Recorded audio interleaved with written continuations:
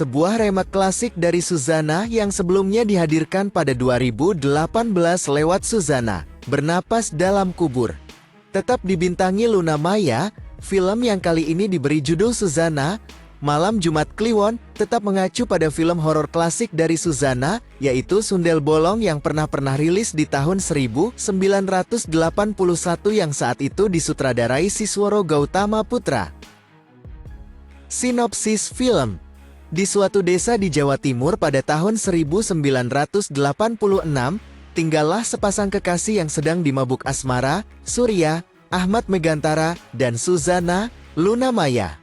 Surya yang berusaha mengumpulkan uang untuk melamar Suzana dengan bertarung, harus menghadapi kenyataan saat ia mengetahui kalau ayah Suzana terpaksa menyerahkan anaknya untuk dinikahkan kepada Raden Aryo, Tio Pakusadewo, penguasa di desa tersebut, karena terlilit utang. Raden Aryo ingin menikah dengan Suzana karena ia belum mempunyai keturunan dari istri pertamanya, Minati Sali Marcelina. Kecewa dengan keputusan tersebut membuat Surya murka dan berniat merebut Suzana saat pernikahan berlangsung. Namun pengawal Raden Aryo berhasil menghadang Surya dan membuat Raden Aryo ingin memotong tangan Surya. Tapi sebelum hal itu terwujud, Suzana menghadang Raden Aryo dan berjanji untuk menikah dengannya asalkan Surya tidak diganggu. Namun, masalah belum selesai sampai di situ. Minati rupanya cemburu dengan keberadaan Suzana dan berusaha menyantetnya. Segala cara ia lakukan agar Suzana mati, dan pada Suzana sadar kalau ia sedang disantet, hanya saja ia tak tahu siapa yang menyantetnya. Suatu ketika, Suzana yang sedang hamil besar, berbelanja ke pasar bersama pelayannya, Ratih, diperankan Taskia Namia. Ia melihat Surya sedang menjadi kuli barang dan berusaha menemuinya untuk mencari tahu soal santet tersebut. Sayangnya, malam itu juga ketuban Suzana pecah dan membuatnya harus bersalin. Di saat itulah dukun yang disewa Minati berhasil melakukan apa yang diminta Minati. Saat bidan yang menolong tak bisa mengeluarkan bayi di perut Suzana, kandungan yang makin lama makin membesar itu mendadak berputar ke belakang, makin lama makin membesar, dan hancurlah perut Suzana, yang membuat punggungnya bolong. Namun bayi perempuan yang dikandungnya bisa diselamatkan. Keesokan harinya, Surya yang membawakan tasbih dan Al-Quran untuk Suzana, kaget tak percaya saat bertemu Ratih saat ia menceritakan kalau Suzana telah tiada. Surya pun lantas menanyakan makam Suzana kepada Ratih dan dibongkarlah kuburan Suzana dan dibawanyalah hingga masuk ke dalam hutan. Saat ia sedang tidur bersama mayat Suzana, ia mendengar iblis yang menggodanya untuk membangkitkan Suzana lagi dengan imbalan bayi Suzana. Karena rasa cintanya yang besar kepada Suzana, Surya pun setuju dengan perjanjian tersebut. Narasinya menarik dengan pakem klasik yang tetap jadi andalan. Pola film remake Suzana dari pertama kali dibuat pada tahun 2018. Memang selalu menggunakan pakem klasik film Suzana yang asli, mati dan balas dendam terhadap orang yang menyakiti dirinya. Namun pola klasik itu tetap saja laku hingga saat ini. Dan nama besar Suzana memang menjadi magnet untuk menarik penonton untuk datang ke bioskop dan melihat filmnya. Kini dengan latar 1986, sama seperti halnya film Malam Jumat Kliwon dari Suzana pertama kali dirilis di tahun tersebut. Nama Sundel Bolong menjadi daya tarik tersendiri buat penonton masa kini yang mungkin belum pernah melihat versi aslinya. Kini di tangan Guntur Soeharyanto sebagai sutradara, beberapa peningkatan dilakukan dari semua sisi dan inilah horor ala Suzana terbaik yang pernah kita lihat. Peningkatan signifikan di beberapa elemen teknis.